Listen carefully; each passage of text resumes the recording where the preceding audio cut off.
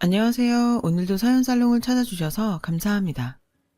저는 4살짜리 딸아이를 키우고 있는 결혼 7년차 주부예요. 얼마 전에 딸아이 그림책을 사러 서점에 갔다가 어린 시절에 읽었던 어린 왕자를 보게 됐어요.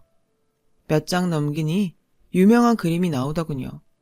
코끼리를 집어삼킨 보아뱀 그림이었죠. 예나 지금이나 제 눈에는 그저 평범하게 짝이 없는 모자로 보였어요. 내부 상황이 담긴 그림을 보기 전까지는요. 이걸 코끼리를 삼킨 보아뱀으로 보는 게 너무 자기적인 게 아닌가 할 정도였죠. 그런데 그 순간 문득 떠오르는 사람이 있는 거예요. 바로 작년에 돌아가신 시할머니였죠. 어린 왕자를 보다 뜬금없이 시할머니를 떠올린 데는 그럴 만한 사연이 있어요. 그래서 동네에서 유명한 욕심쟁이로 손에 쥔 건 절대로 내놓는 일이 없었던 저희 시할머니 이야기를 해볼까 해요. 남편과 저는 캠퍼스 커플로 대학교 재학 중에 만났어요. 남편은 성인이 되고 처음 만난 남자였죠. 그랬던 사람과 결혼해서 아이까지 낳고 살게 될 거라고 누가 상상이나 했겠어요? 사귀고 반년쯤 지났을까요? 남편은 군입대를 하게 되었고 당시만 해도 순진했던 저는 곰신으로 살다가 남편이 제대하고 몇 년 후 결혼을 하게 되었어요. 결혼을 해보니 시댁은 엄청난 대가족이더라고요. 시아버지는 9남매 중 셋째셨거든요. 명절이나 제사 때 친척들이 다 모이면 집안에 발 딛고 서기가 힘들 정도였죠. 긴 연애 기간 중에 남편한테 친척이 많다는 얘긴 들었지만 이 정도일 줄은 정말 몰랐어요. 게다가 시할머니 성격이 장난이 아니라서 인사드리러 가는 날을 앞두고 걱정이 이만저만이 아니었죠. 그래도 손주사랑은 할머니라는데 별일이야 있겠냐 싶었죠. 그런데 그건 제 오산이었어요. 들어서 아는 것과 실제로 경험하는 건 천지 차이더라고요. 시할머니는 작은 체구에 호리호리한 체격을 가지셨지만 풍기는 아우라가 상당했어요. 딱 여장부 스타일이었죠. 모르긴 해도 모성애보다는 자기애가 더 강한 분 같았어요. 제가 준비해간 홍삼 세트를 드렸더니 엄청 좋아하시며 바로 안방 장롱에 숨기시더라고요. 자식들이나 손주가 오면 꺼내주시려고 그러시나 했죠. 그런데 아니더라고요. 나중에 남편한테 들어보니 시할머니는 좋아 보이거나 욕심이 나는 물건을 종류와 상관없이 전부 당신 장롱에 숨겨놓는 버릇이 있다는 거예요. 한마디로 욕심이 많으셨던 거죠. 처음엔 그 모습이 귀엽다고 생각했는데 겪어보니 꼭 그렇지만도 않더라고요. 오죽하면 저희 시어머니를 비롯한 모든 며느리들이 시할머니의 그런 행동에 학을 뗐겠어요. 전에 노인정에서 나눠준 빵을 당신이 전부 가지고 와서는 글쎄 드시지도 않고 장롱에 처박아뒀지 뭐니. 그 바람에 곰팡이 냄새가 온 방 안에서 진동을 했다니까. 시어머니는 저와 단 둘이 있을 때 이렇게 당신의 시어머니 흉을 보셨고 그 얘기를 들은 저는 가급적 음식료는 시할머니께 드리지 말아야겠다고 생각했어요. 그런데 어머님께서 이러시더라고요. 너 혹시라도 어머님께 뭐 사다 드릴 생각일랑 하지도 마라. 노인네가 쓰지도 않고 장롱에만 처박아놔서 나랑 네 작은 엄마랑 그거 몰래 치우는 게 일이다. 아주 별의 별게 다 나온다니까. 처음엔 치매가 아닌가 싶어서 얼마나 놀랐는지 몰라. 최근에 네 노인네가 어디서 났는지 홍삼까지 숨겨놨더라. 일찍 발견했기에 망정이지 유통기한 지났으면 아까워서 어쩔 뻔했니. 저는 차마 그 홍삼이 제가 사드린 거라고 말하지 못했어요. 그랬다간 혼날 게 뻔했으니까요. 시어머니는 그렇게 말씀하시고는 싱크대 서랍장에서 홍삼 스틱을 하나 꺼내 드시더라고요. 제가 시할머니께 사다 드린 바로 그 문제의 홍삼이었죠. 제가 홍삼 스틱을 빤히 쳐다보고 있자 어머님은 제게도 하나 먹어보라고 주시더라고요. 저는 뜨끔해선 괜찮다고 어머님 드시라고 사양했어요. 나중에 명절을 앞두고 친정 엄마한테 이 얘기를 했더니 뭐가 그렇게 웃긴지 배를 잡고 깔깔거리는 게 아니겠어요? 제 딴에는 앞으로 선물을 뭘 해야 할지 고민돼서 했던 얘긴데 말이죠. 왜 웃어? 난 심각한데. 웃지만 말고 앞으로 시할머니 댁에 갈 때 뭘 사갈지 생각 좀 해보라니까. 어머님 말대로 빈손으로 갈 수는 없잖아. 돈으로 드리기도 그렇고. 그러자 엄마는 이럴 땐 그냥 시어머니의 말을 따르는 게 상책이라고 하더군요. 괜히 시할머니 생각한답시고 괜한 집 버렸다가 시어머니한테 찢겨서 두고두고 눈총받지 말라시면서요. 나 같으면 좋다고 하겠구만. 안 그러니? 돈도 굽고 좀 좋아. 그래서 말인데 네 시할머니 대신 엄마한테 선물 좀 해라. 난 장롱에 안 넣고 잘 쓸 테니까. 전 엄마한테 괜한 얘기를 했다 싶었어요. 남편은 이런 고민하는 저에게 장롱에 숨길 수 없는 걸 사가면 되지 않겠냐고 아이디어를 냈고, 저는 그 후로 무조건 크고 무거운 선물을 골라 사다 드렸어요. 그건 꽤 괜찮은 방법이었죠. 하지만 얼마 뒤부터 시할머니를 뵈러 가는 일이 없어지게 되었어요. 가지 많은 나무에 바람 잘 날 없다더니 저희 집안에 큰 사건이 있었거든요. 그날은 시할머니의 83번째 생신이었죠. 화기애애해야 할 그날 집안 분위기가 뒤숭숭했어요.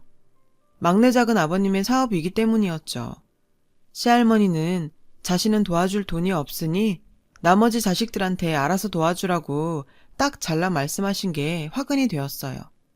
저희 시부모님을 포함한 다른 친척들은 눈치만 보고 있었는데 큰아버님이 총대를 메고 나서셨죠. 큰아버님은 물잔에 소주를 가득 담아 벌컥벌컥 원샷을 하시고는 밥상에 탁 내려놓으셨어요. 아버지 돌아가실 때 남겨준 노님의 밭이며 죄다 팔아서 어머님이 챙기시곤 왜 우리 보고 막내를 도와주라고 하세요? 도울 거면 당연히 어머니가 도와야죠. 이제와 하는 말이지만 그동안 저희는 구경도 못했어요. 내가 우리 큰애 대학 갈 때 등록금이 없어서 그렇게 사정할 때도 어머니는 그때도 지금처럼 딱 잡아 떼셨죠? 저도 어머님 뜻 못 따릅니다. 큰아버님은 말씀하시면서 흥분하셨는지 목소리가 점점 높아지셨어요. 그 모습에 시할머니는 입을 꾹 다무신 채 아무 말씀도 안 하셨어요. 그런데 이번엔 그런 시할머니를 보고 넷째 작은 아버님이 화를 내셨어요. 돌아가실 때 싸들고 가지도 못할 재산? 이제 그만 욕심 좀 버리세요. 내가 말을 안 해서 그렇지 동네 사람들이 어머니 보고 얼마나 욕하는지 아세요? 지독한 노인네래요. 도대체 왜 그렇게 사세요? 나이도 많은 양반이.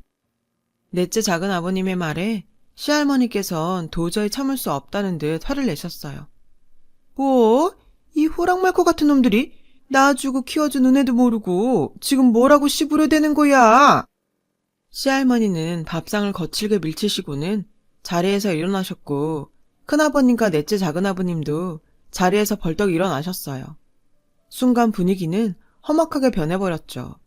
제 남편을 포함한 자식들과 아내들이 큰아버님과 넷째 작은아버님, 그리고 가장 위험해 보이는 시할머니를 말리며 사태를 진정시켜야 했어요.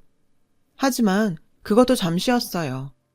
저희 시아버님을 비롯해 모든 형제들이 그동안 서운했던 과거사를 털어놓았고 분위기는 더 살벌해져서 최악의 상황이 되었죠. 결국 시할머니가 밥상을 대차게 엎으셨어요. 그리고는 역정을 내시며 자식들 다 필요 없으니 모두 다 나가라고 소리치셨죠. 그리고 다신 이 집에 얼씬도 말라며 불호령을 내리셨고 우린 쫓겨나다시피 집을 나서야 했어요. 그날 이후 저희 시부모님은 시할머니를 찾지 않으셨어요. 시어머니한테 듣기로 다른 자식들도 마찬가지로 발길을 끊었다고 하더군요. 시할머님이 연세도 있으신데 괜찮을까 걱정이 되었지만 제가 가운데서 할 수 있는 일은 그저 가끔 안부 전화를 드리는 게 전부였어요. 처음엔 내 시어머니가 시켰냐며 전화할 필요 없다고 말씀하셨지만 이후로도 종종 전화를 드렸더니 반가워하시는 게 느껴지더라고요. 그런데 죄송하게도 살다 보니 전화 드리던 횟수가 점점 줄어들게 되었고 딸아이를 임신하면서 그나마도 잊고 살게 되었어요. 제가 임신을 하자 집안 어른들은 간만에 좋은 소식이라며 많이들 기뻐해 주셨죠. 출산 전부터 인부용품은 물론 엽산과 철분제까지 보내주실 정도로요. 딱 한 사람, 시할머니만 소외돼 있었죠. 임신 후 입덧이 너무 심해서 고생을 한 데다가 잠도 늘고 몸도 무거워져 내 한 몸 건사하는 것도 버겁더라고요. 핑계라고 할 수 있겠지만 그땐 솔직히 시할머니를 챙겨드릴 여유가 없었어요. 지금 생각하면 전화 한 통 드리는 게 뭐 어려운 일이라고 못했나 후회가 되지만요. 저는 그렇게 아이에게 집중하며 얼마 뒤 출산을 했어요.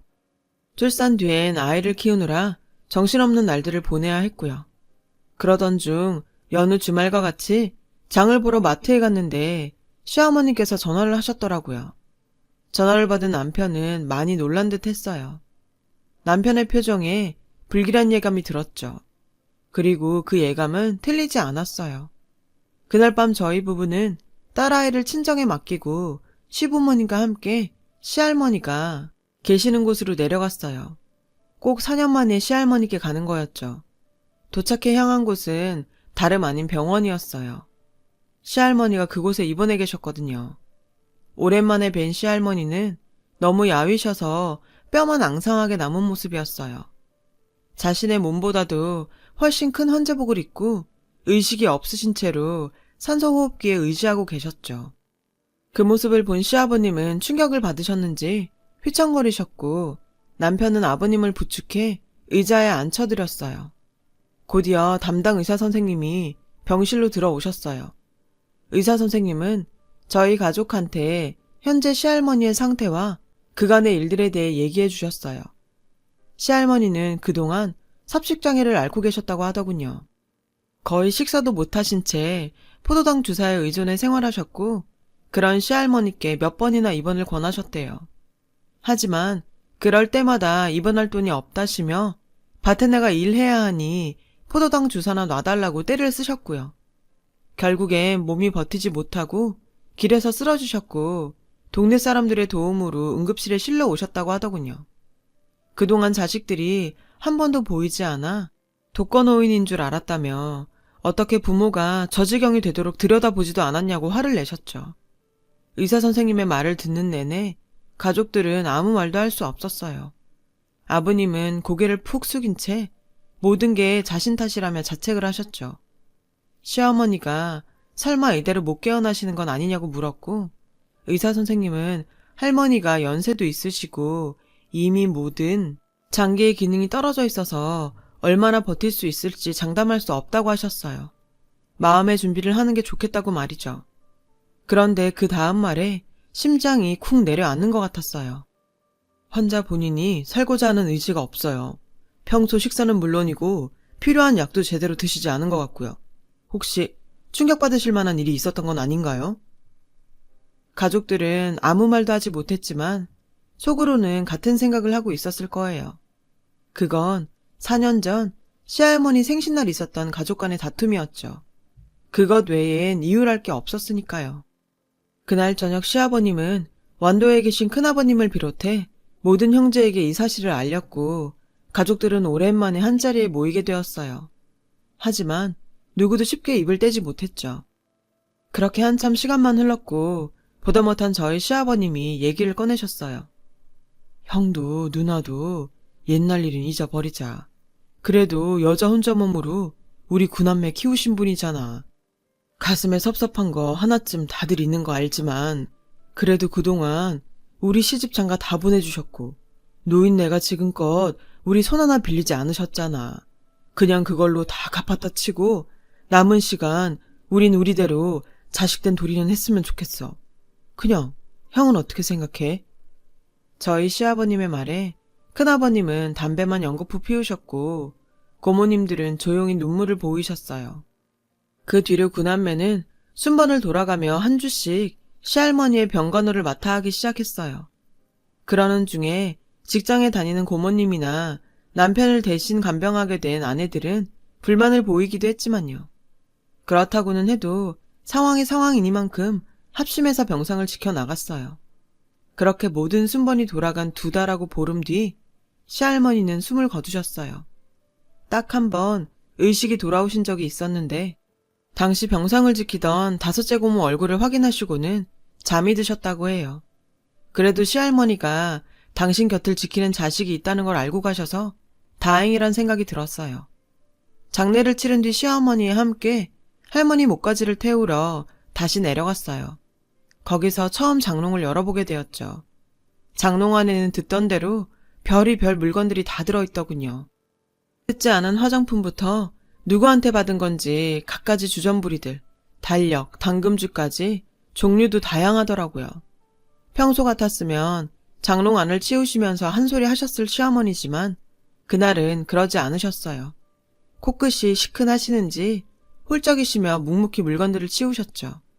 그리곤 장롱 안쪽에 들어있던 보따리를 풀어본 순간 어머님은 주저앉아 흐느끼기 시작하셨어요. 안에는 오래된 통장이 있었는데 통장에 10,000원, 50,000원, 30,000원 이런 식으로 푼돈이 입금되어 있었죠. 그리고 예금명에 내 장례비라고 적혀 있었어요. 아마도 창구 직원에게 그렇게 찍어달라고 하셨던 모양이에요. 나중에 안 사실인데 저희 시할머니는 글자를 모르셔서 당신 이름도 혼자 적지 못했다고 하더라고요. 당신이 죽고 자식들이 봐야 그 돈으로 장례를 치를 테니 직원을 시켜 그렇게 적어놓으신 것 같았어요.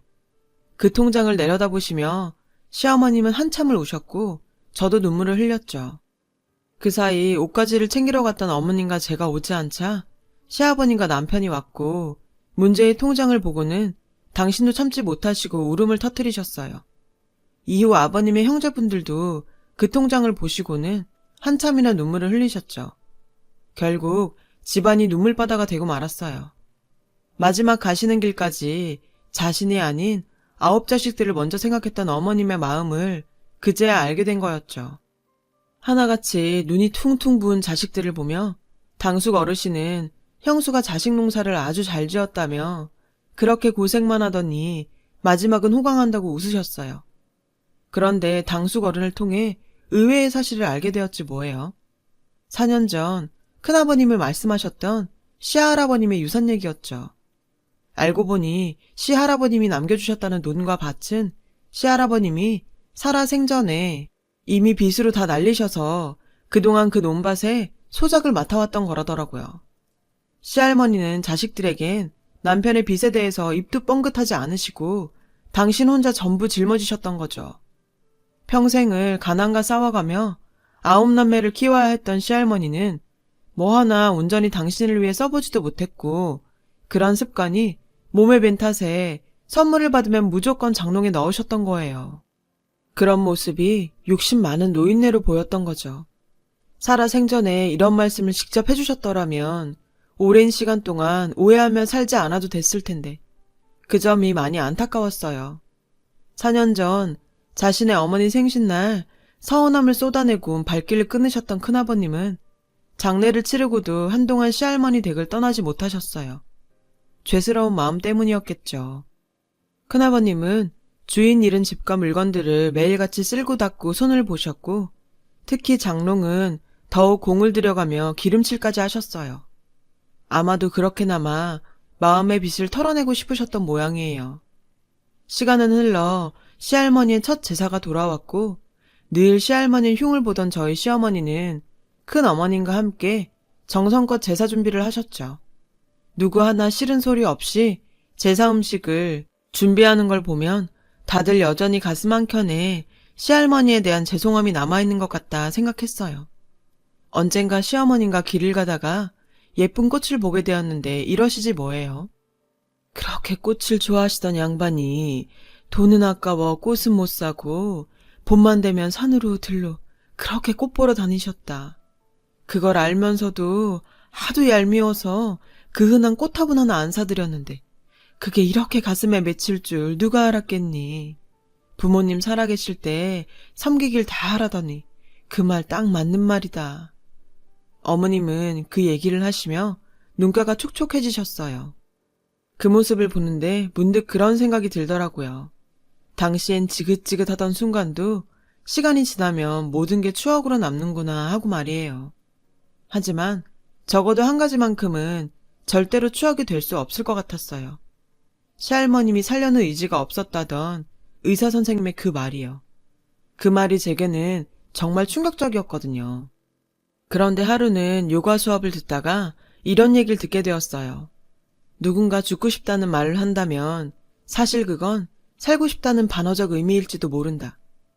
그 말의 순간 저도 모르게 하염없이 눈물이 흐르더라고요. 시할머니는 어쩌면 죽고 싶었던 게 아니라 살고 싶었던 걸지도 모른다는 생각이 들어서였죠. 누구보다 자식들을 곁에 두고 행복한 삶을 꿈꾸셨을지 모른다는 생각에 몇 년간을 발길을 끊고 지냈던 지난날을 후회하고 참회하게 되었어요. 이젠 너무 늦어버렸지만요. 하지만 비온 뒤 땅이 굳는다고 시할머님이 돌아가신 이후로 집안엔 많은 변화가 생겼어요. 특히 시할머니 혼자 지내시던 집은 더더욱 그랬죠. 첫 제사 이후 시할머니의 집은 구남매의 별장이 되었어요. 여름에는 피서로, 평소에는 만남의 광장이 되었죠. 마당에는 꽃나무가 가득 심어졌고요. 그리고 문제의 장롱 위에는 시할머니의 영정사진이 떡하니 놓이게 되었어요. 그 안은 갖가지 것들로 가득 채워졌고요. 구남매와 손주들이 채워 넣은 것이었죠. 한 명이 시작하니 마치 경쟁이라도 하듯 선물이며 편지, 전해드리고 싶은 소식들을 적어서 장롱에 넣어두고 있어요.